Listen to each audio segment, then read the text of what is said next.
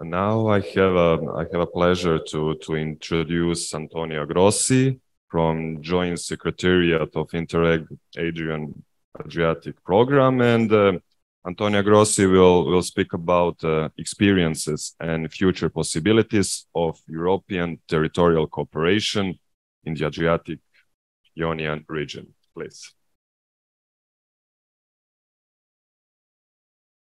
Yeah. Good morning. Yeah, first of all, thank you for inviting me. While I was walking for coming here, I was trying to fix in my mind all the point to highlight for my presentation. But suddenly, as I got here, I forgot everything because I got completely lost in this magnificence of this location. So thank you for inviting me, and congratulations for the organization of this final conference of the project here. Yeah, just some tips about what happened in the current program and what could some insight about the new program, the new strategies in the new ADRION program. First of all, I would like to say that when they gave me this project to monitor inside the Joint Secretariat, I was curious about the effect, the impact of these projects. Because I strongly believe that the cultural heritage, the valorization of cultural heritage is really a strategic key factor to implement a real local sustainable development. And is a really key factor in order to improve the experiential tourism strategy marketing in the program area. And what does it mean, experiential tourism? It means involve all the 5 senses, not only the eyesight, but also the hearing, the taste, the smell, the touch, and everything you can have in an archaeological park, if you think about it. And what does it mean, sustainable local management model? Sustainable from the environmental point of view, first of all. And in this sense, ecological park is the first line to preserve the asset, the cultural asset, the natural assets for the new generation, first of all. Secondly, from the social point of view, sustainable for the social point of view. And what does it mean from the social point of view? To involve the citizens, the active citizenship, which is absolutely strategic in order to get sustainable a development model in a territory. And third, what does it mean sustainable? Sustainable also for the economic point of view. You cannot escape to involve also the small medium enterprises, the local small medium enterprises in the management of the cultural assets. And they need to gain profit, absolutely. Otherwise, their activity is not sustainable from the economic point of view. So I was very happy to be involved in the monitoring of these projects. And just some short information about the present project, the current program. As you can see, we allocated a lot of projects, 82 projects. We funded 82 projects, and we allocated 100% of the total financial budget of the program in 5 cores. But as you can see, the higher number of projects funded regards the priority axis 2. We have 36. And the priority axis 2 is to promote a sustainable valorization, natural and cultural assets as a drive factor for a local development.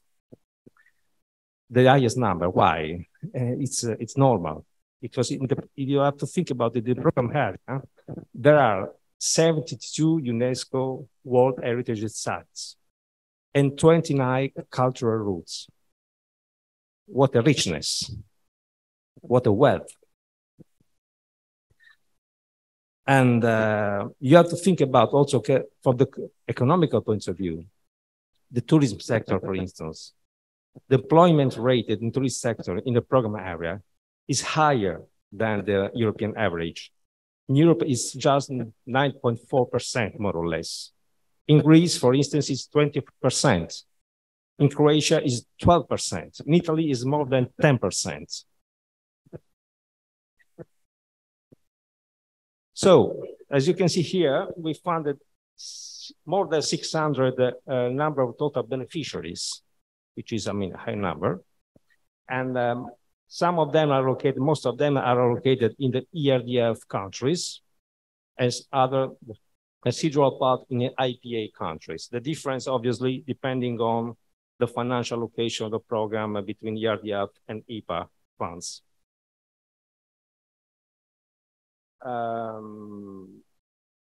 What are the main outcomes of the projects we noticed? First of all, the common shared understanding. We were discussing yesterday with some colleagues about how lucky we are to manage a cooperation project or cooperation program. Why? Because we try to interpret the intercultural communication, to apply the intercultural communication in order to achieve this common shared understanding and to achieve a result. In this case, the diversity is a form of richness. It's not an obstacle, it's not a constraint. Then, an increased awareness, an increased regional capacity and knowledge through making public available data and information. I was seeing all the pilot action regarding your archaeological parks, and I saw a lot of information that it could be exploited, also for other territories. And increased awareness regards first of all the involvement of stakeholders, which for us is absolutely strategic. If we would like to measure a success of the project, we measure the involvement of stakeholders. That's why we stress a lot of time to partnership. Please give us the exact name of stakeholders involved and what kind of stakeholders. Why? Because that we don't measure the success of the project only by the output produced.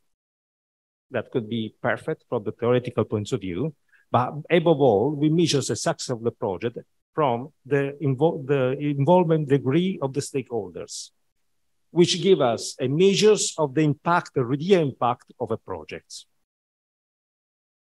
And otherwise, a project is just a mere self-referential exercise. And we don't want just mere self-referential exercise. Last point, better coordinated policy and strategies in the program area. This is the main goal of an IPA program. This is, an instrument to foster the pre-accession of the IPA countries.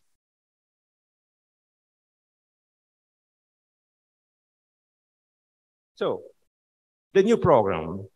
As you can see, the area is more or less the same, but we have two new entries. We have North Macedonia and San Marino also. San Marino without budget, but there is anyway San Marino. So, and the total IPA budget, EU budget contribution is 124 million euros, plus obviously the national co-financing. And as you can see, there is a total identity with from the geographical point of view with the Adriatic region. The overall goals of the program, of the new programs, are always the same of the previous program. Strengthen cohesion, enhance impact granted projects, support enlargement process, support user governance, and so on. Obviously, they are, a common goals of all the other cooperation programs. What kind of activities can be funded in this new program? For instance, activities connected with the so-called flagship of the Pillar 4 of the user strategy. Pillar 4 is devoted to the sustainable tourism sector, to emphasize the sustainable tourism sector from the economical point of view. And which are these flagship? First of all, fostering the small-medium enterprise network, because networking is one of the key factors to have sustainable small-medium enterprise inside the program area. Secondly, new tourist product market analysis. You would like to, for instance, to propose in the market new cultural routes connected with the archaeological park. Well done. But did you have some measures about the potential demands of tourists, of users? Do you have or not? Otherwise, how small medium enterprises involved in the management of the site can, be saved from the financial, from the economical point of view, can gain their profits? Are there some, strategical, coherent public policy in order to enhance the valorization of the archaeological park or not? Another flagship activity, for instance, strengthening the skills of the economic operators. I notice in many examples of your pilot action, the digitalization tools in order to emphasize the value, historical value of your archaeological park. They need skills. They need to enhance the skills, the digital skills. Another flagship can be, for instance, the new management destination plan to favor the seasonal adjustments of tourist flow, which is the, historical problem for tourism territorial from for the territory with the vocational in the tourism sector.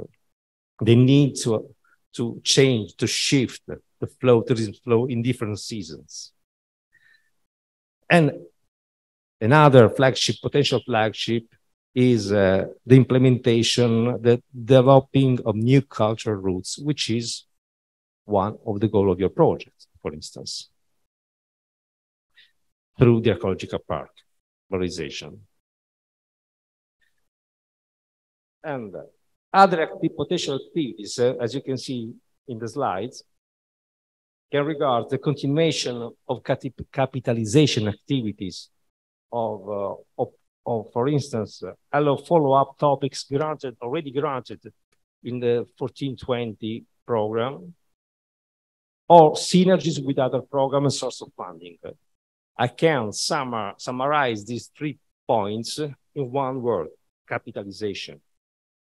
So you can, in this new programming period, you can capitalize welcome projects to capitalize initiatives already funded in the previous or current program, ADRION program, but also in other programs.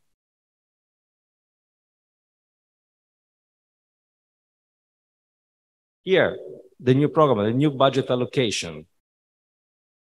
The total amount is 124 million euros, as I said before, and 36 are devoted to priority axis 1.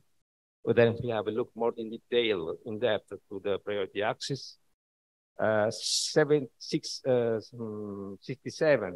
to priority axis 2, 11 for priority axis 3, and just 10 for priority axis 4. But let's have a look to the topics of each priority axis. The first priority axis is supporting a smart Adriatic Ionian region, which is more or less the same of the current programming period, and is split in 2 different specific objectives.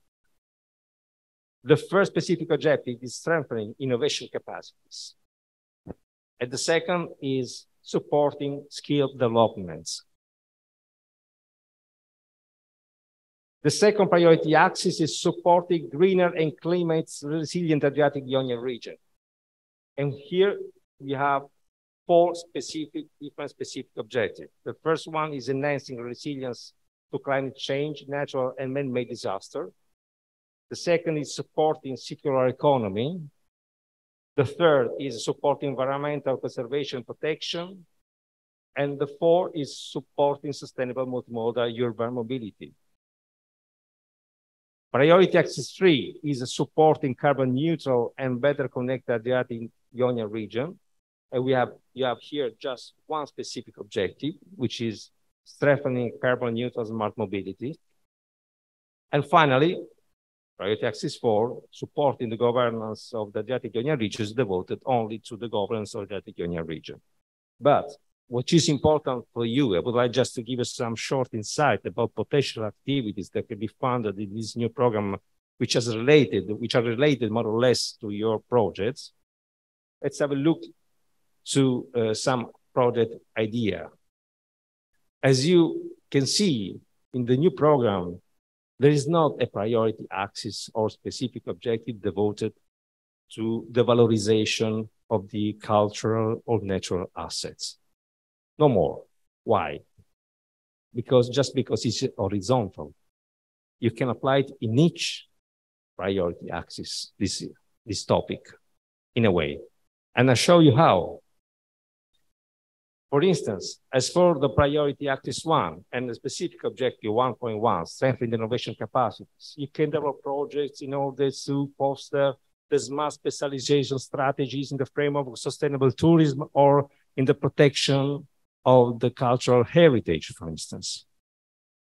Or you can have multi-level governance schemes to facilitate the identified area of specialization, a general topic that can be applied also in the archaeological park management. Or digital solution in the private public sector. We were discussing before that. Or development of transitional macro-regional strategy in sustainable tourism and the protection of the cultural heritage and the valorization of the cultural heritage. For instance, specific objective 1.4 is developing skills for smart specialization. Or specific objective 2.4, enhancing resilience to climate change, natural and man-made disaster. Here, you can see, you can submit a project related to the adaptation strategies linked to the preservation of natural and cultural heritage. In priority axis 2.6, supporting circular economy, there are activities that can be related to digital solution for circular economy by including application services related to the management of the archaeological sites, for instance.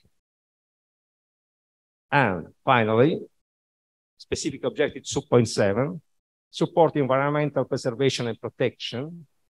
You can present a project. These activities are mentioned in the new program. Exchange good practice and testing solution through participatory approach and multi-level governance. But you can use also other specific objectives, apparently not strictly connected with the topic of the management of the archaeological park, but in a way they're related. For instance, specific objective 2.8, supporting sustainable multimodal urban mobility for visitors that come to visit the archaeological park, for instance. Or specific objective 3.2, so strengthening a carbon neutral smart mobility, which is strictly related to the previous one. So just to finish my contribution, just some tips, some short insight in order to let you think about a potential new project ideas in the new program. But my recommendation is only, first of all, what is important is not only the experimentation of active practice during the implementation of the project activities. What is important is the follow-up, the durability of a project. If you be able to keep the goal of your project even after the end date of the project, regardless of a potential further funding from the program or other program, then your project will be definitely successful. Thank you very much.